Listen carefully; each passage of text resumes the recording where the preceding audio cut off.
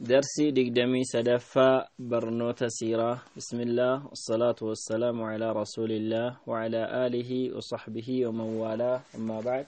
السلام عليكم ورحمة الله وبركاته. برنوت سيرة ما تدرين كينيا الراء طليا موتوليف بريسو كنجدو تا رسول ربي عليه الصلاة والسلام إيغا عمره ديبيا را ديبياني araara yookiin waliigaltee isaaniif gidduu Qureeshitti geggeeffamu xumuranii booda kallattii Qureeshotaatiin rakkoo dhufu asiin cufaniiti gama biraatiin ammoo xalayaa mootoliif barreessuu jalqaban. Tokkoffaa mootii Habashaa Ashamata ibn al-Abjar nama jedhamuuf barreessanii qabiyyeen xalayichaas akkas jedha. Bismillahir Rahmaanir Rahiim. kun kitaaba Muhammad nabiyyi irraa gara Najaashii Ashamaa mooticha guddaa Habashaatti barreeffameedha. Nageenyi nama qajeeluma Rabbii hordoferra haa jiraatu. Rabbitti amani, ergamaasaatti amani. Rabbiin malee gabbaramaan hin jiru jedhi ragaa bahi. Inni tokkicha hiriyaa hin qabu. Haadha manaas ta'e ilmoo hin qabu. Muhammad garbicha isaa fi ergamaa isaati. Ani sin waama gara waamicha Islaamaatti. ani ergama rabbiiti muslima ta'i nagaa baata yaa warra kitaabni isinii kenname kotta gara jecha nuuf isiniif walqixa ta'eetti kotta sunis rabbiin malee waa biraa hin gabbaru isa bira isaaf shariikaa hin goonu gariin keenya garii akka rabbiitti hin ilaalu rabbii garitti yoo kana diddanii gara galtan ammoo nuti muslima ta'uu ragaanuu baha yoo didde badii nasaaraa yookiin kiristaanota ummata keetii sirratti galma yookiin sirra jiraa jedhee xalayaa akkas jedhu barreessee ka'eetu nama Amr ibn Umayyah ad-Damri nama jedhamutti kennee erge. Najaashiin gaafa xalayaa kana harkaa fuudhee ija isaarra kaa'atee sireerraa bu'ee qeebalee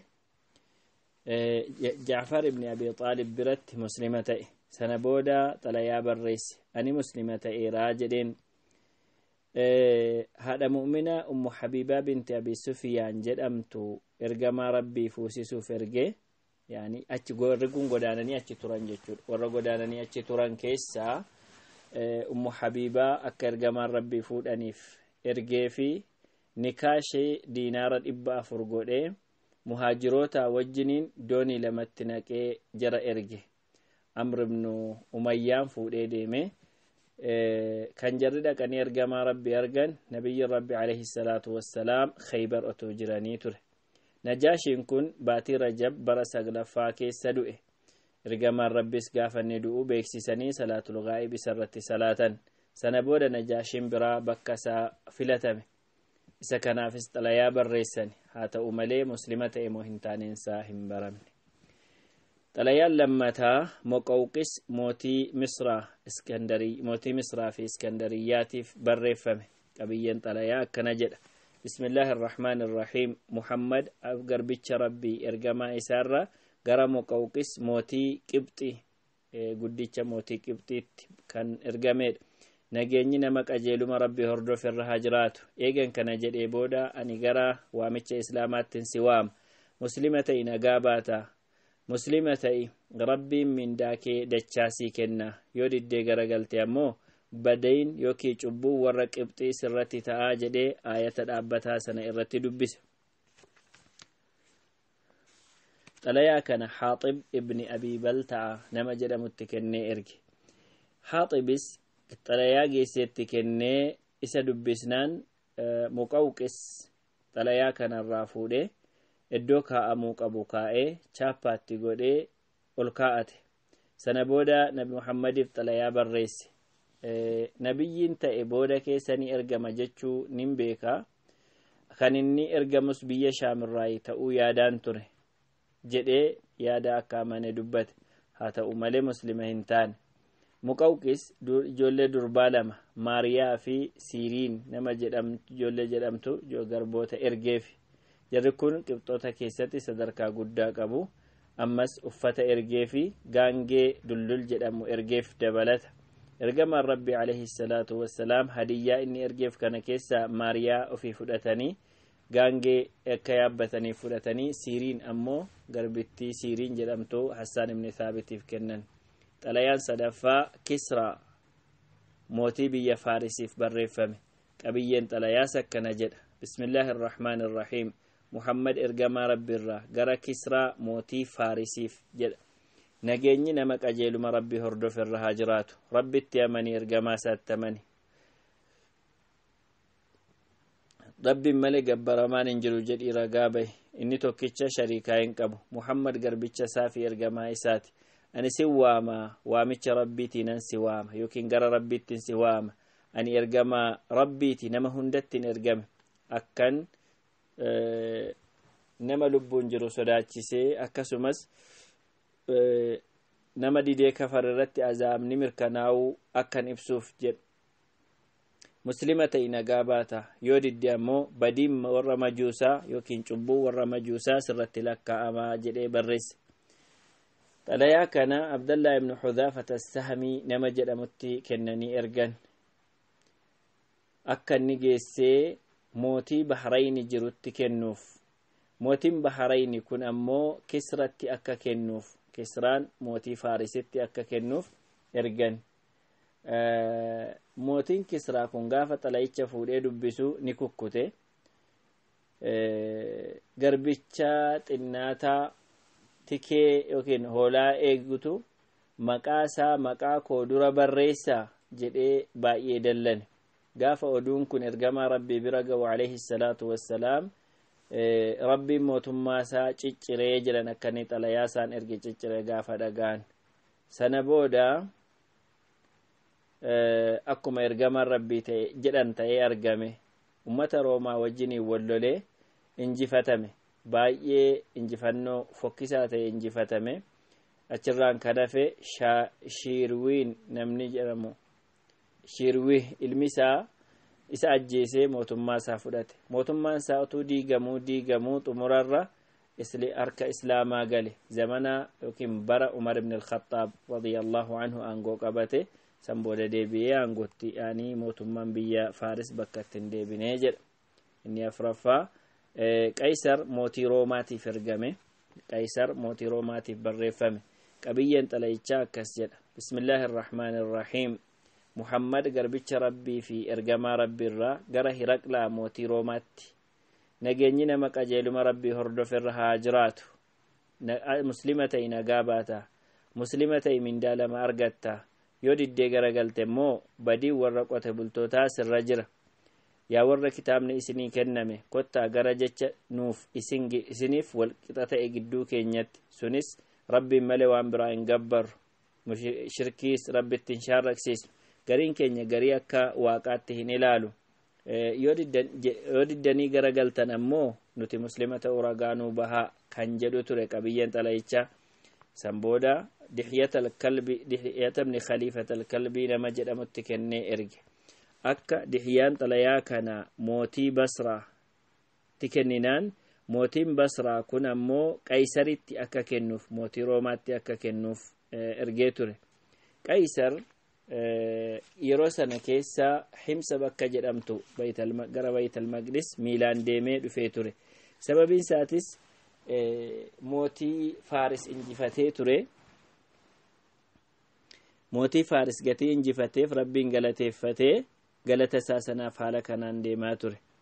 gaafa xalayaan ergamaa rabbii gara namicha kanaa Hiraqlaa mootii Room bira gahuu, Hiraqlaa yaada kana adda baafachuuf namoota Araba ta'an irraa odeeffachuuf barbaachisee Abi Sufyaaniif nama isaa wajjiniin biyya Shaam jiran walitti argate waamsifatee fidee waajjira isaa keessa kaa'ee gaaffilee garaa garaa gaafate. gabaabinaan akka armaan gaditti ibsama. namni kun zariin isaa isin keessatti akkam jedhee gaafannaan nama kabajaa qabudha jedhee deebise Abi Sufyaan. achii booda dubbii kana namni isa dura dubbate jiraayii ani ergamaadha kan jedhu jennaan lakkin jiruu jedheen. namni isa hordofu gurguddaadha moo da'iifa tokki dadhabaa namaati jennaan warra dadhabaadha jedhee deebise. namoonni itti amanan dabalaa deemu moo ni hir'atu jennaan dabalaa deemuu jedheen. namni amani kun ammoo deebi'ee amantii kana jibbee keessaa ba'a jennaan lakki keessaan ba'u jedheeniin. duraanni sobaanni shakkitu jennaan lakkii jedheen namni kun nama gantummaa raawwatu jennaan lakkii jedheen Abu Sufyaan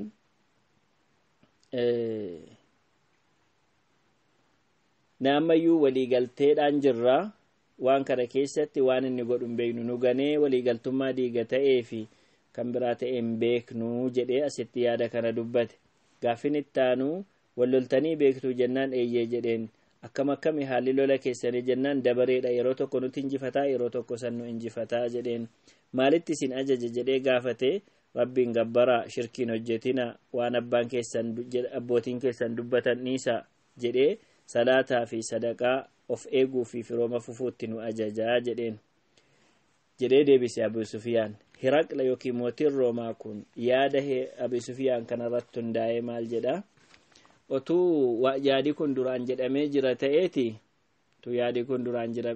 jira ta'eeti dubbiisa dura darbetti hidhatee deeman jedhaa jedheen otuu abbaa maatii isaa keessaa namni mootummaa qabu jira ta'eeti mootummaa abbaa isaa barbaadeen jedhaa jedheen nama sobne ta'uu eeganatti himteeti namni namatti dubbii sobaan dubbanne rabbirra dubbii sobaa hin kaahuu jedheen namoonni isa hordofan dadhaboota namaati jette isaani hordoftoonni ergamoota namoota dadhabaa miskiina hiyyeeyyotatu ergamoota hordofa jechuusaati namni amantii kanarraa jibbee namni amantii kanatti galu itti dabalaa deemanaan jette imaanni akkasuma yeroo qalbii namaatti makate akkasuma fuulduratti deemaa jedheen namichi kun nun ganu jettee dubbatte ergamoonni akkasuma gantummaa hin hojjetanii jedheen wanti inni itti isin ajaju rabbiin gabbaruu shirkii dhiisuu ibaadaa taabotaa fi wantoota garaagaraa waaqeffachuurraa isin dhowwuu akkasumas salaatatti isin ajaju sadaqaa of eegutti isin ajajuudha jettee dubbatte dubbiin kun dhugaa taanaan bakka ni jiru kanayyuu ganaa too'ata yoo lubbuun jiraadhe ani akka inni ergamu beeka garuu akka inni ergamuu deemu beeka garuu isin araboota keessaa ergama jedhee hin yaanne malee otuun isa biraan gaha ta'uu of beeke silaa dhaqisaan of cinqeen isaan wadharga otuun isa bira ga'e immoo miila isaan dhiqaa jedheen gaafan akkas jedhee dubbatu wacni baay'ate eega wacni baay'ate booda Abi Sufyaanii fi nama isaa wajjin jiru waajjira keessaa baase Dihyaa ammoo kennaa kennee fi uffata kennee uffisee geggeesseen sana booda waajjira cufatee xalayaa ergamaa rabbii dubbisiise xalayaa ergamaa rabbii dubbisiisee ka'ee maal jedhaanii yaa namaa jedheeniin yoo milkaa'uu barbaaddan aangoon keessan akka isinirraan fudhatamne yoo barbaaddan nabiyyi kana hordofaa jedheen gaafan akkas jedhee dubbatu namoonni waajjira keessatti walitti qabamanii jiran galma keessatti walitti qabamanii jiran iyyaa gara ulaa galma sanaatti deemanii san booda asnatti deebisaa jedhee deebisiise eega deebi'anii booda ani kana godheef cimina isin amantii keessan irratti qabdan isin ilaaluuf malee amantii biraatti jijjiirradhaa jechuuf miti amma amantii keessan akkasin cimsitanii eeggattan bareeraa jedheen jarris gammadanii isaaf sujuuda bu'anii yaada isaa jaalatan Qaysar akka qabiyyee dubbii kanaatti yookiin seenaa kanaatti mootiin Roomaa Hiraqla jechuudha nabiyyummaa isaa guutummaan guutuutti dhugoomsees itti amanee ture haa ta'u malee aangoo mootii ta'uu jaallateetu otuu musliman ta'in hafee cubbuun warra sanaas isarratti hafee jechuudha Dihyata ibnu Khaliifata al-Kalbiin ammoo otuu achii dhufaa jiruu gaafanni dhufee bakka Husma jedhamtu ga'u achii deebi'ee osoo dhufaa jiru gara Madiinaatti otuu galaa jiru karaatti namoonni Banii Juzaam irraa ta'an isa saaman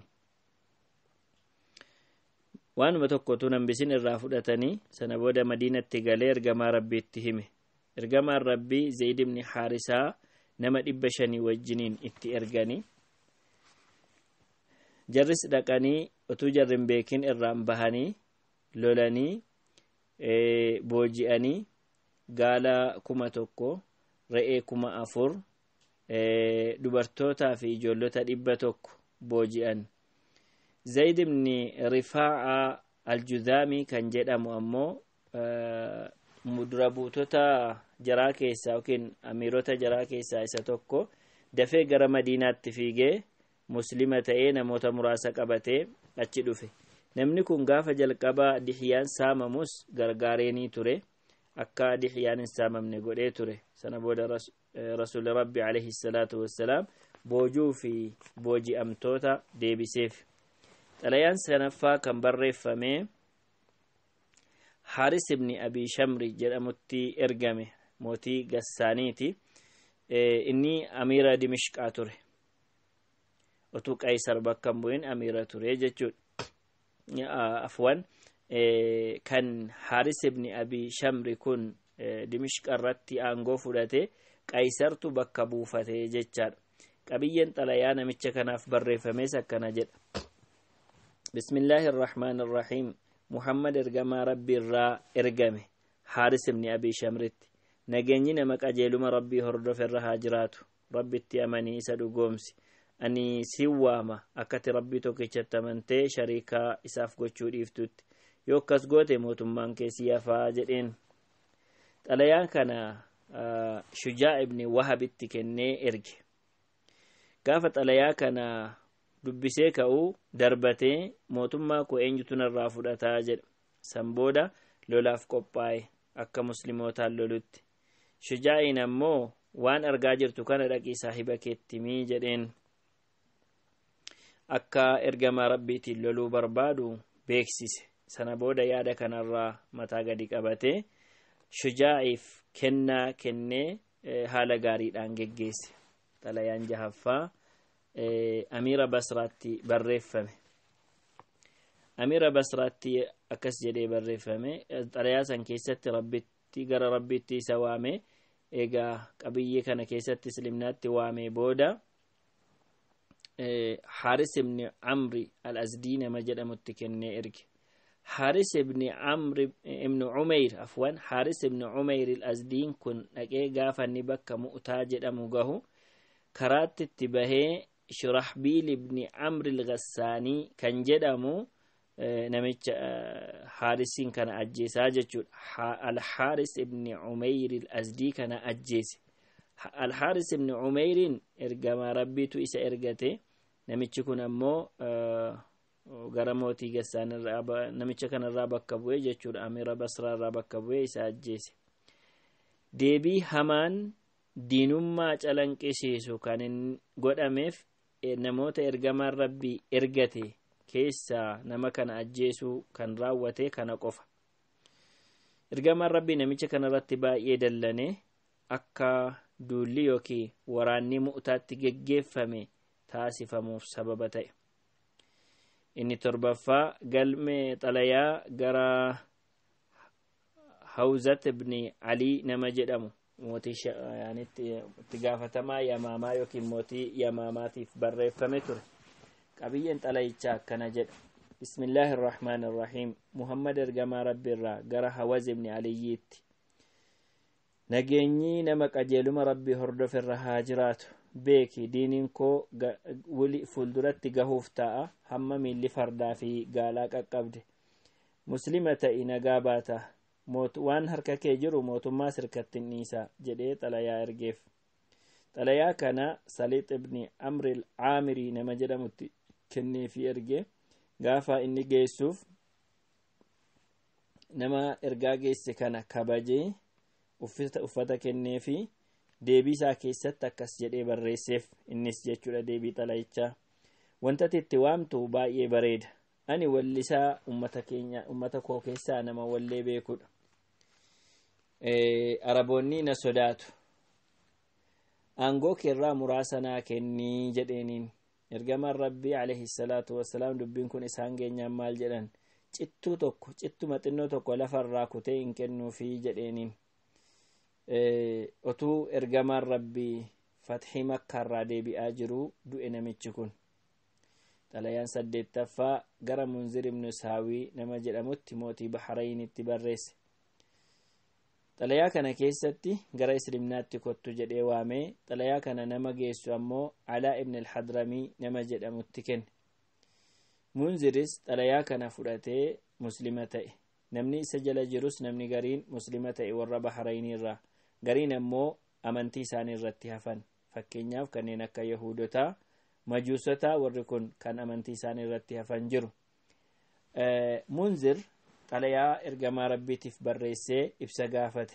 Maal kan jedhu, namoonni koo gariin isaanii muslima ta'anii gariin isaanii immoo achirratti hafanii akkam gochuun qaba waan jedhu gaafannaan ergamaan rabbii xalayicha barreesseef. Namoota asal muslima ta'aniif waan isaan irratti muslima ta'an isaan harkatti dhiisi. Warra immoo Yahudaa ta'an Majuusaa ta'an irraa gibira fuudhiif. Yoo ati haala gaariidhaan deemte aangoo keerraa hin baafamtu jedhaniin. Xalayaan salgaffaa gara mootii Umaan, gara biyya Umaan mootii lamaan Jeefarii fi obboleessa isaatti barreeffame. Qabiyyeen xalayichaa akkana jedha. Bismillahir Rahmaanir Rahiim.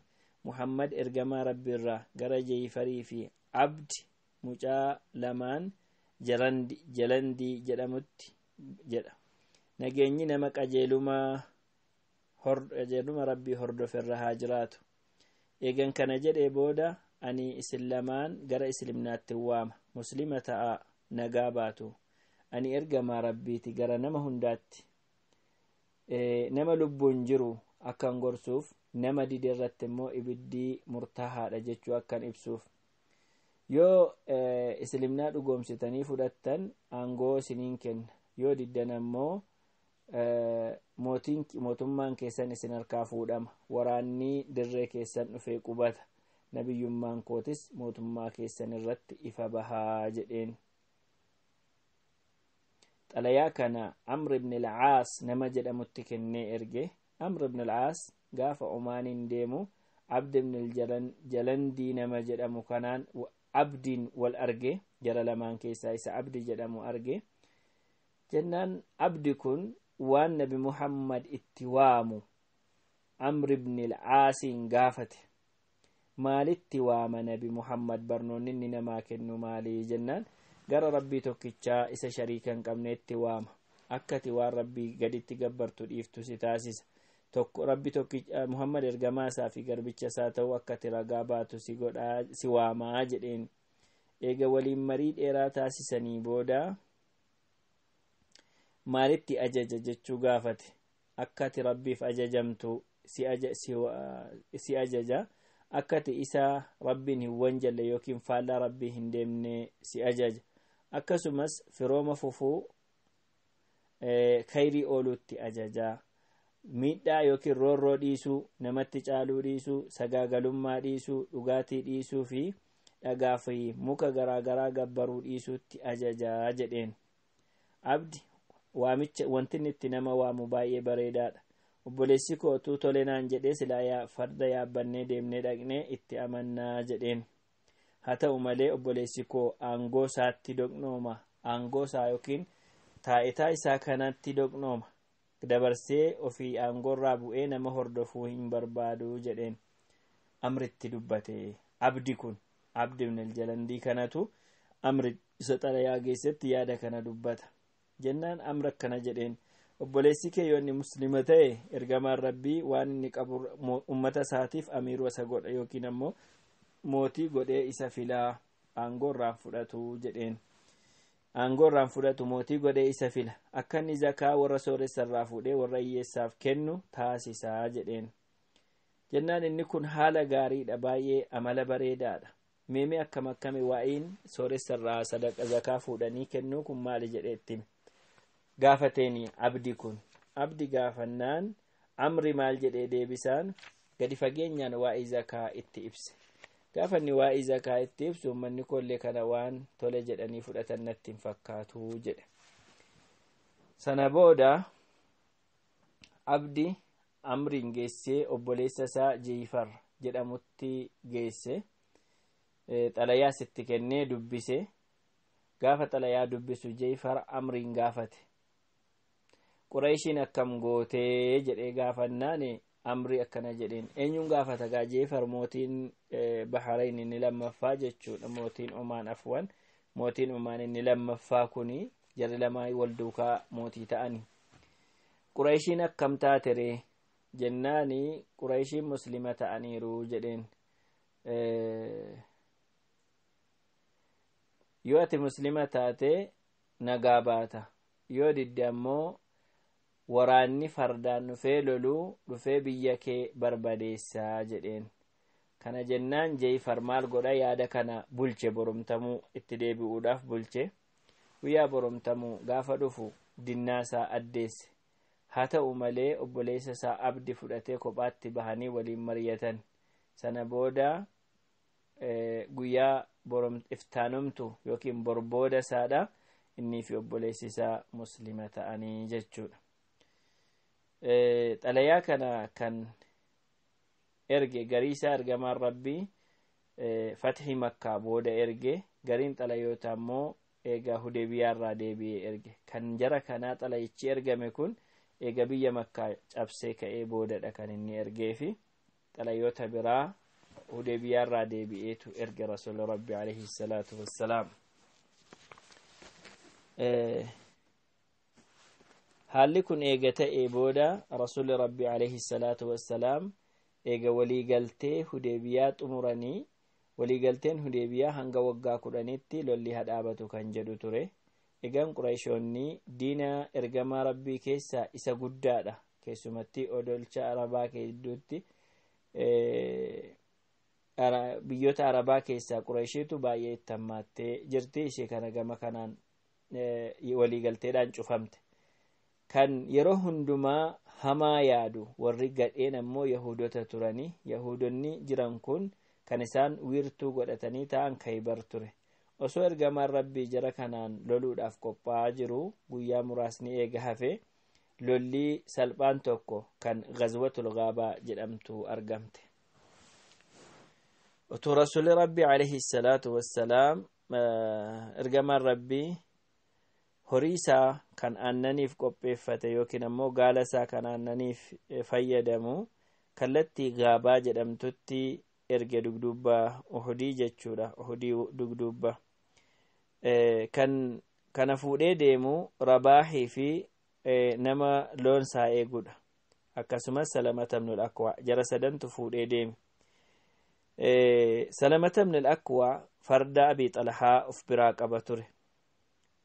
otuu jarri kun jiranii Abdurrahmaan ibnu Uyaynata al-Fazaarii kan jedhamu gaala ergamaa rabbii kanatti duulee namicha isa gaala tiksu ajjeesee gaala hunduma ooffatee fudhatee deeme. Salamata ibnul Akwaa farda of hirkaa qabu kana Rabaahiif kennee akka inni Madiinatti fiigee galee oduu jaratti himu godhee ofii ammoo gaara gubbaatti ol bahee gara Madiinaatti fuula deeffatee sagalee isaatiin iyyee ganamaan na qaqqabaa jedhee yeroo 3 watwaatee achi deebi'ee ummata kana faana fiiguu jalqabe. wallisaa yookiin geeraraa xiyyaan jara warra farda gaala saamtee deemtu kana duukaa darbataa qajeele.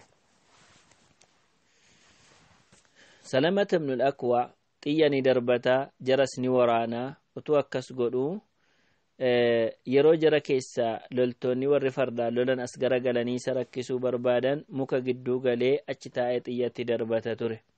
utuu deemanii bakka dhiphaa tabba gidduu ta'e tokko gaafa jarri gahan tabbatti ol bahee dhagaa achi gaditti konkolaachisuu jalqabe. utuu haala kanaan jara rakkisuu gaala hundumasee harkaa harcaasise. ammas gaala harcaasanii hafixan hajjedhanu malee Salamata ibnul Akwaa ammas faana bu'uu hin dhiisne. gaabii 30 yookiin wayaa 30 harkaa buuse, eeboo 30 harkaa buuse. isaanis kana gatanii ba'aa isaanii salphifatanii deeman.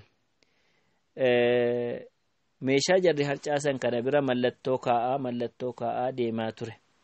dhaqanii kaarra gidduu yookiin saniyyaa gubbaa kaarrarra taa'anii ummanni kun Salamata ibnul Akwaa tabba gubbaatti ol bahee achi ture gararraa jira. nama 4 ta'anii Salamata ibnul Akwaa rukutuuf yookiin ajjeesuuf gaafa jarri walitti deemuu barbaadan itti dhaadate Salamata ibnul Akwaa. na beektuu jedheeniin ani Salamata ibnul Akwaa in jedhama. isinirraa nam tokko yoon ajjeesuun barbaada ta'e na jalaa ba'uutti hin qabuu jedheen. isin keessaa namni na qaqqabuu barbaade ammoo tasumaa na qaqqabuu hin danda'u jedhee itti fokkore yookiin itti dhaadate. Sana booda jarris dhiisanii deebi'an.